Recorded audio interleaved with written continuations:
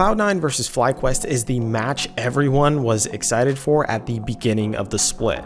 With Cloud9 assembling a team with veterans in every position and new blood in the mid lane, they looked to dominate the split. But FlyQuest created a roster that has a proven top side of the map with promising prospects to fill their bot lane. Both teams are now trying to secure a spot in the finals of the 2024 LCS Spring Split. Here, I'm going to be breaking down the win conditions of each team in terms of gameplay and draft. We'll also be ranking each player matchup by lane. Remember, this is what I think each team should do, not necessarily what I think they're going to do. Alright, let's get into it. The win condition.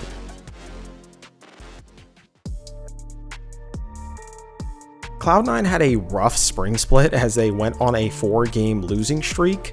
With that said, they had a commanding series against 100 Thieves in playoffs with a 3-0 win, and it showcased just how good a dialed-in Cloud9 can be. Or it just shows how bad 100 Thieves scrims really were. Cloud9 have always had success getting early kills, and they've returned to that form now. Previous iterations of the team saw this work even with the likes of M&S or Jensen, and with Blabber still in the team, he gets the game rolling fast. In Cloud9 versus 100 Thieves, Game 2 at 2:45, River ganks mid and burns JoJo's flash. Meanwhile, Blabber is already pathing bot, opting to skip his blue buff as he sees the enemy bot lane is pushing hard, and he has limited time before they place a ward. Blabber arrives as Meech is already low HP, and Cloud9 pick up first blood. Blabber knows that his blue is definitely gone if he goes for this play because River invades to steal it. But he also knows that if Crab spawns, there's a 50% chance it could be Bot Crab as the Kindred mark, which both junglers are near, so Blabber is able to smite it because River used his smite on blue, therefore denying a Kindred mark. This is how intelligent that Blabber is, and a lot of people underestimate his intelligence when it comes to his own jungle game. What I do want to point out is also how Cloud9 kept track of River this entire series. In all 3 games, Fudge checked and warded one of the major buffs. In Game 1 at 1:30, he wards enemy blue buff. In Game 2 at 1:30, he checks enemy blue buff to see if River started there, but then holds his ward. And at 3:15, he proxies a wave top and then wards blue area. In Game 3, since he's on blue side, he wards enemy red buff. All of this is to help Blabber make more educated decisions about where to gank or match the enemy jungler, and to make sure he can accelerate the early game as best as possible.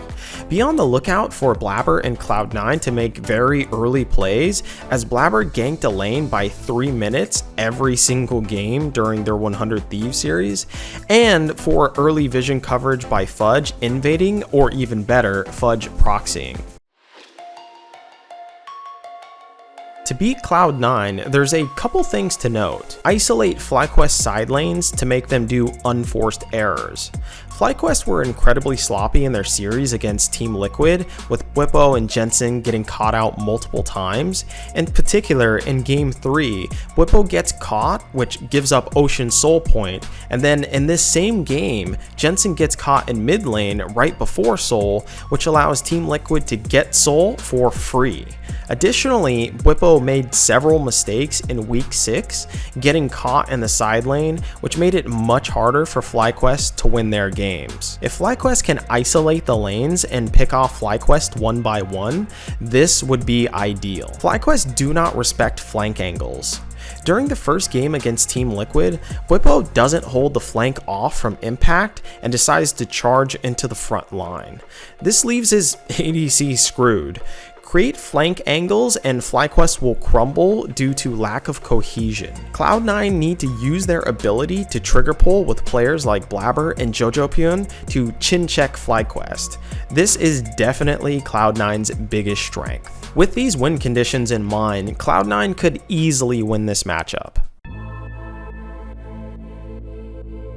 Obviously, FlyQuest did not have the cleanest game against Team Liquid, but they did reveal that their jungler Inspired is quite good at counter ganking and keeping his lanes in good conditions.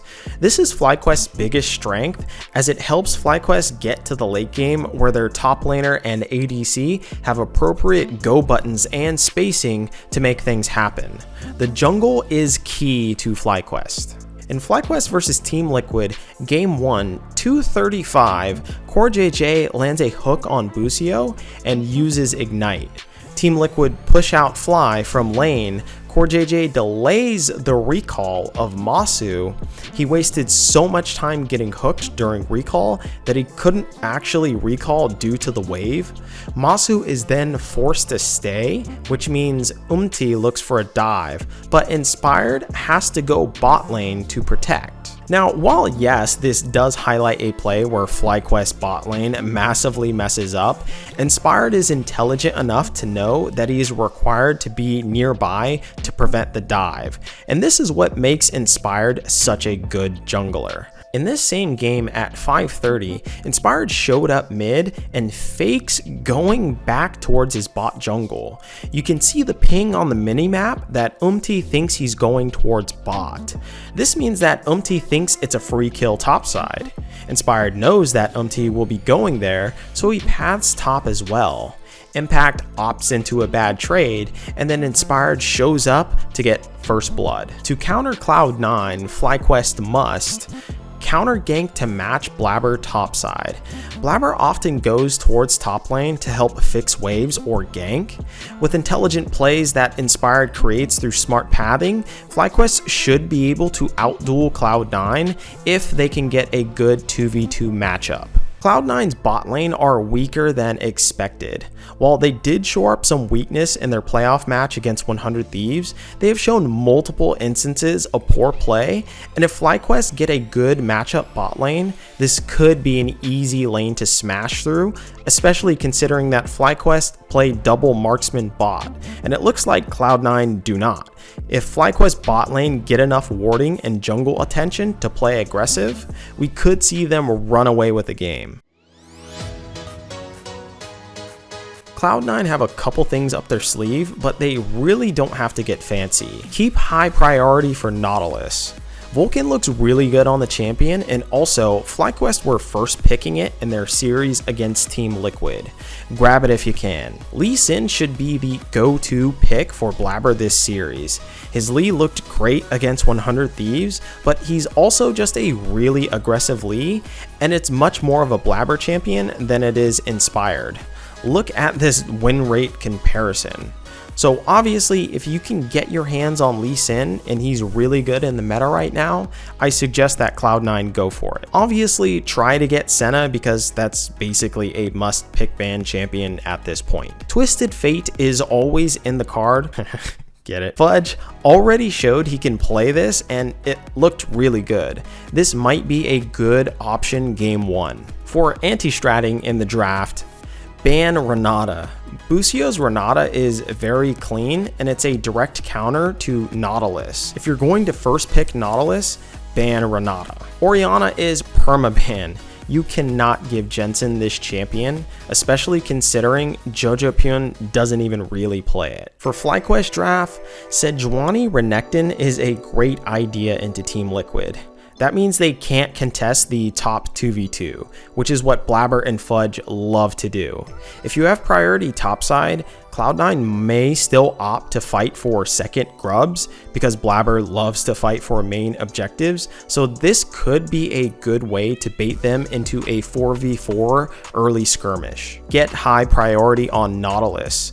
Busio looks great on the pick, and it's also a takeaway from Vulcan. Obviously, try to get Senna because that's basically a must-pick ban champion at this point. For anti-stratting to Cloud9, I suggest that FlyQuest should be able to bait Cloud9 into picking TF because, I mean, Bwipo is the kind of guy that would have a counter pick ready, so I would expect this, and I would expect some massive draft counters from FlyQuest. Inspired's Viego is nutty. This is always an option, and also, Viego is a good pick into Kindred because of Viego's ultimate doing missing health damage. So after Kindred's ult drops, you can then ult everybody else and clean up for free. So just remember, if we see Inspired's Viego, that means that Cloud9 cannot pick Kindred. Use the double marksman advantage. If Cloud9 leave up Ashe, lock it in. Cloud9 like to have an early advantage, and this will definitely accelerate your game to match their pace. Bwipo versus Fudge. I gotta give this one to Fudge, but it's with a gigantic caveat. This lane is not 1v1 when you're playing against Cloud9. Blabber will eventually come top to disrupt. Additionally, Bwipo did not look that great going against Impact, as he got solo killed multiple times. Bwipo has done well this season, but his recent playoff series wasn't the best as he ignored flank angles and played subpar in laning phase. Top gap between Fudge and Bwipo isn't really that huge, and it will most likely come to jungle intervention. Inspired versus Blabber. Inspired wins this one, but not by a large margin. This is more about styles clashing more than anything. The great strength about Inspired is he's able to determine which lanes he needs to catch up, and then just lets his laners do what they do best, which is win lane, win game. He's also quite a good counter-ganking jungler. Blabber is a very active carnivore jungler early game, but that means he also does risky plays that if the enemy jungler is there to match, it's going to completely wreck his game. If Inspired is able to track Blabber properly, Inspired will know what to do with that information. Jensen versus Jojopyun. There's something to be said about veteran presence in a playoff series, but maybe it's time for new blood. I'm gonna give this to Jojo. While yes, Jensen had some great outstanding plays in his last series on Ahri and Taliyah, his blunders have stuck out to me far more in terms of poor macro and late game decision making. Meanwhile, Jojo has just been incredible this entire season. He's never been the reason why his team lost, and his ability to trigger pull in the late game on picks like Nico will become very valuable this series. Masu versus Berserker. I have to give this to Masu. While that may be a little surprising, or it feels wrong to say, Berserker has just only shown up for one series, but he's been missing the entire split. Masu, meanwhile, had a pretty good series against Team Liquid, and shout out to Yeon, who played out of his mind as well. Masu is in good form currently, and has been for quite some time. As long as he keeps his cool and doesn't get cold feet against veteran opponents, he should perform well. Busio versus Vulcan. I have to give this to Busio. He's shown up in a large way throughout the split, whether that be through getting good picks during the mid game or his ability to express his champion pool. I do think this will be an important factor in the series, and it's just something that Vulcan currently doesn't offer. This is the most significant disparity between all the player matchups. So in summary, Cloud9 play very fast early due to jungler aggression, and he's allowed to do this through information gathered by Fudge through topside deep wards. FlyQuest are quite the opposite in that they are led by their lane leads, and Inspired is usually there at the right place, right time to counter gank or reset a lane from a bad lane state. For the draft, keep an eye on Senna bans from both teams, which team is able to get Nautilus, Ashe from Busio, Lee Sin from Blabber, and if FlyQuest wants a 2v2 topside with a pick like Sejuani. As always, I'll put my prediction here. I think it's 3-2 Cloud9. Thanks for watching and enjoy LCS upper bracket final. Remember to subscribe and we out. Peace.